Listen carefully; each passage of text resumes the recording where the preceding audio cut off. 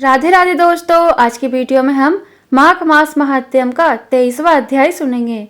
23वां अध्याय प्रारंभ। लोमस ऋषि कहने लगे कि जिस पिशाच को देवहूति ने मुक्त किया वह पहले द्रविड़ नगर में चित्र नाम वाला राजा था। वह बड़ा सूरवीर, सत्यपरायण तथा पुरोहितों को आगे करके यज्ञ आदि करता था।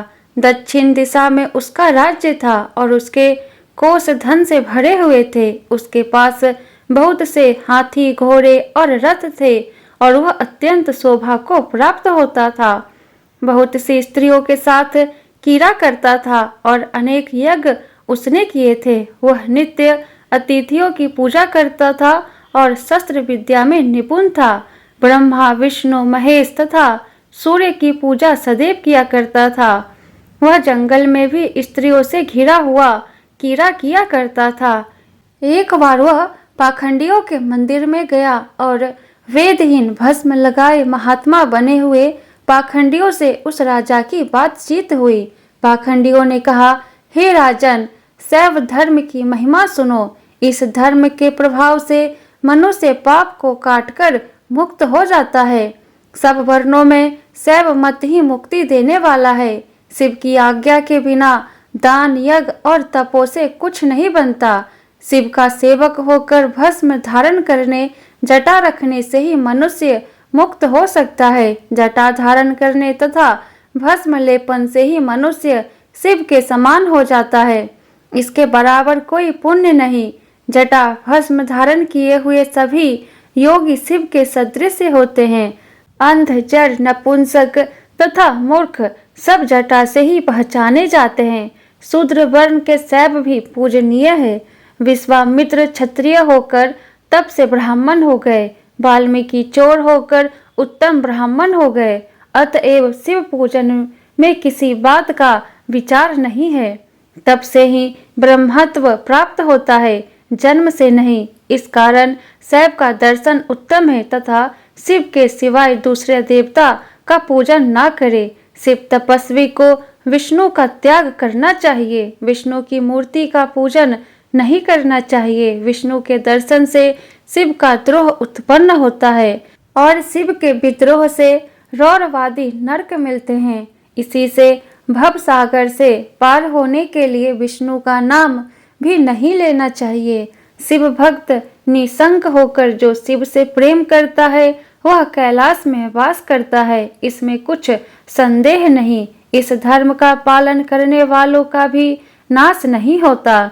इस पाखंडी के ऐसे वचन सुनकर राजा ने मोह में आकर उनका धर्म ग्रहण कर लिया और वैदिक धर्म को त्याग दिया। वह श्रुति, स्मृति और ब्राह्मणों की निंदा करने लगा। उसने अपने घर के अग्निहोत्र को बुझा दिया और धर्म के कार्य बंद कर दिए। विष्णु की निंदा और वैष्णवों से द्वेष करने लगा और बोला, कहाँ है विष्णु? कहाँ देखा जाता है? कहाँ रहता है?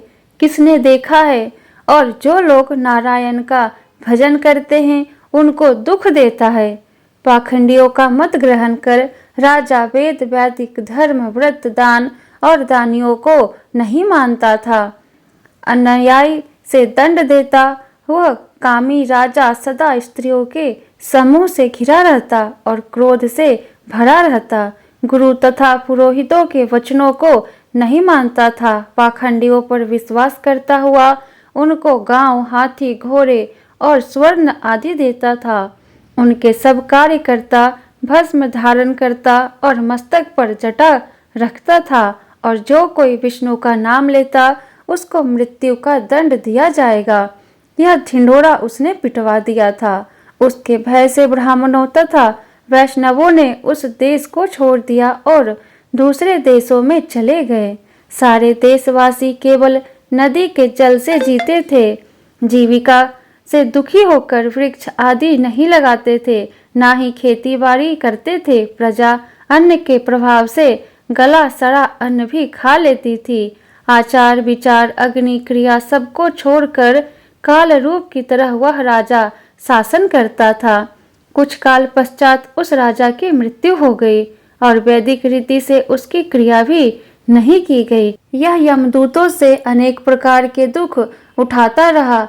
कहीं लोहे की कीलों पर से चलना पड़ा, कहीं जलते अंगारों पर चलना पड़ा, जहाँ सूर्य अति तीव्र था और ना कोई छाया का वृक्ष था।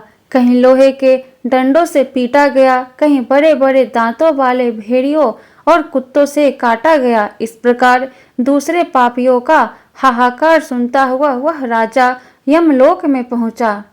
इति माघ मास महात्म्यम 23वां अध्याय संपूर्ण। बोलो विष्णु भगवान की जय, लक्ष्मी नारायण की जय। वीडियो पसंद आया हो तो वीडियो को लाइक कर दे और आगे का अध्याय सुनने के लिए चैनल को सब्सक्राइब करके बेल आइकन को ऑन कर ले, जिससे मेरी अगली आने वाली वीडियो की नोटिफिकेशन सबसे पहले आपको मिले। तो फिर मिलते हूँ मैं आपसे नेक्स्ट वीडियो में। जय श्री कृष्णा, राधे राधे।